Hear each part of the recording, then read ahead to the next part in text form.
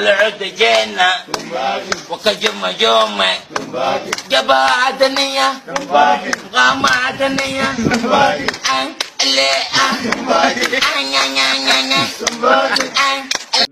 ibsuudha fi obsee jajjiitii fi kiifiyaa jara furan kana du'aa godhaa fi isin jaa dhaggeeffattoota keenya rabbi nagaan bal'utti.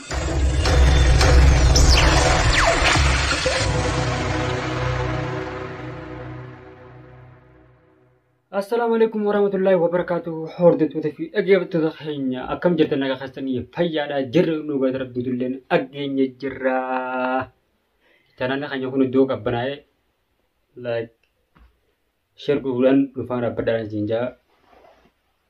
Akkasumas carraan tana wanni qabadhe isin dhufee ilmaan Oromoodhaa ka biyyaa jirtan ka biyya alaa jiru ka achuudha maatii keessaniin addaan baatanii haala jireenyaa biyyoormaa haala jireenyaa adda isin baase rabbi nagaan walitti isin haa deebisuun isin jaa.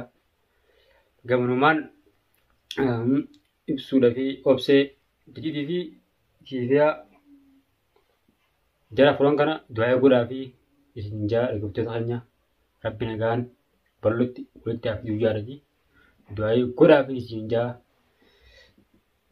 Akkasumatti jajjiit mabruuk baga gammaddee isin jaa ilmoo lammataa argachuu hanqatiifi mabruuk baga gammaddee isin jaa. Takkaan ati dhaggeeffattoota keenya hedduu dhagaa namni haala jireenyaa adda nama baasee biyya jiru jechuudha. Kan jechuudha haadhaa fi abbaa yaadee jechuudha yooman iyyaan arga jedhee yaaduu jirus hedduudha. Akkasumatti haala manaa isaatiin biyya taa'ee wal yaadulleen hedduudha. Dhaggeeffattoota keenya hundi keessanuu rabbi nagaan nigaa teessan isin guutee akkasitti maatii teessanitti nagaan isin galchuun isin jaa. Gamanumaan haaka sayyaa kana haadhafillee du'aa godhaadhaan isin jaanis biyyooma kan jiraadha. Amata meeqa iyyaan hin garree rabbi ni jaantee bakkaan siyaa ga'u jaadha. Du'aa naa godhaadhaan isin jaa ilmaan Oromoodha. Wallaan iyyaatee bakkaan siyaa guutuu jaadhati du'aa naa godhaadha. Viidiyoo kanallee share godhaadha. Channel yoonilleen hedduu akka qabbanaa jira. Subscribe like share godhaan nafaan dhaabbadhaan isin jaa. Tatiyantu ilmaan Oromoodhaa kan ijoollee keenya Oromoodhaa ta'a mana hidhaa suutii keessa jirtu rabbiin nagaan haa galchuu jaadhati du'aa godhaa fi sagalee taadhaa fi isin jaa. Dheengadda kan dhageetti nama 250 kanaatu dhumee jiran. Wallaa dhumaan hin teenye Oromoodhaatuun daranuma itti seeqaa jirti keessattuu warreen ijoollee Suudi Arabiyaa jechuudha. Erga Itoophiyaa irraa ba'anii bishaan baaraa bira qotanii jechuudha. Bishaan baaratti dhumatanii karaa kana Yaman keessatti cinqii Yaman keessaa keessa ba'anii gaara Suudii keessatti dhumata. Akkasitti waggaa asii laphaanii biyya san dhaqan biyyi sunillee biyya nama nyaattu biyya bineensa jechuudha mootummaan Suudiidha. Ammallee mootummaan Suudiidhaan finnii isheeti haatu jira jechuudha. Wallaan nama akkasitti dheengaddaa nama 250tu dhumatee jiran guyyaa tokko keessatti wallaahi innaa lillaahii wa innaa ilaihi raaji'uun. Waan hedduu tokko wallaahi garaa nama nyaatati. Rabbiin gannuwaatis hin jaa waan ilmaan Oromoodhaatiin hundaa'u. Rabbi akkasitti biyya keenyatti abbaan godhee akkasitti nu galchee akkasitti hundi ilma namaatu biyya fitti galchee akkasitti nagaan cinqii sana hunda rabbi nurraa haa dhaabu isin jaa dhaggeeffattoota keenya. Please viidiyoo kana share godhaadha. Wallaahi ilmaan Oromoodhaa kan mana hidhaa suutii hasaran kana sagalee taadhaa fi isin jaa ilmaan Oromoodhaa. Dhumaatiin ilmaan Oromoodhaa ergasii dhumatte asii gaara Suudii keessatti dhumatanii baharattis habaratti dhumatanii fi karaa hamuuqatti dhume biraan oggoo biqilsan dhaqanis mashaqqaan cinqiin jechuudha wal gubbarraan cinqiidha. Akkasitti ammallee mana hidhaa asitti illee jechuudha fitu jiran jechuudha.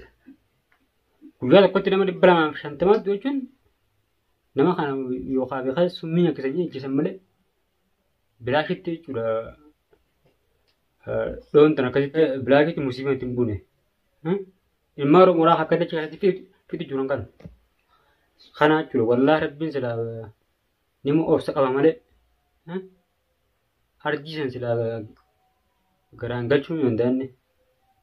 Haqa Oromoodhaa garuu rabbiin erga rabbiin ni baasa. Biyyi musliimaa taatee milaala biyyi musliimaa taatee gisee dhiigni ilmaan Oromoodhaa akka ta'etti kan neeyitee dhiigni ilmaan namaa jechuudha. Akkatti ittiin taphatanii guyyaatti nama lubbuu nama meeqaa fitanii mana hidhaa keessatti oowwaa fi bishaanii fi qonqodhaan akka lafa raafitan tana. Meetu yoon biyya musliimaati mee? Mee biyya Arabaa hallaadhaati biyya Firaanjii laala. Wallaahi teenyatuun addaa dhiira abaarsa amnaan beekoni. Takka anti deeggartoota keenya ijoollee mana hidhaa Suudii jirtuuf sagalee taadhaan siin jaa. San biraan hundi ilmaan namaa durabbee nagaan akka itti ba'an malee akka itti galan hin beekanii. Waa hedduun argu jira uummanni tana ijoollee jechuudha. Takara Itoophiyaa dhuftee haaraa jechuudha. Osoo taaree deemaa jirtu karatti dhaamtee jechuudha. Gad deebisanii asii murteeffaa keessatti fa'aa garuu jechuudha. Jiruun qabna isaan tarasaasni miila kana hunda dhaanii lubbuun akka sara malee lubbuun kasabaa ta'e. Kana hunda Oromoon deemaa ture amma sar tokkoon osuma akkatti kun dhuma gaaraan keessatti dhumu jiru. Kadhaamee fi hamadaa kana gisa karaa deemaa argan carraadhaa kan itti yaanu. Oromoo kana nama karaa garaa hanga keessatti dhumu jira yoo jetteen sin dhagaan tun carraadhaa yaanu. Wallaahi teenyatuun ajaa'iba. Akkasumatti jireenyi biyya Oromaa jibbee kalaas biyyattiin galaa jee asii cinqitoo jiru. Habiyyaatis jireenya biyyaatiyyaa jireenyi biyya sanaa jibbe jee biyyaan baay'ee yaadamas. Wallaa karaa hundattuu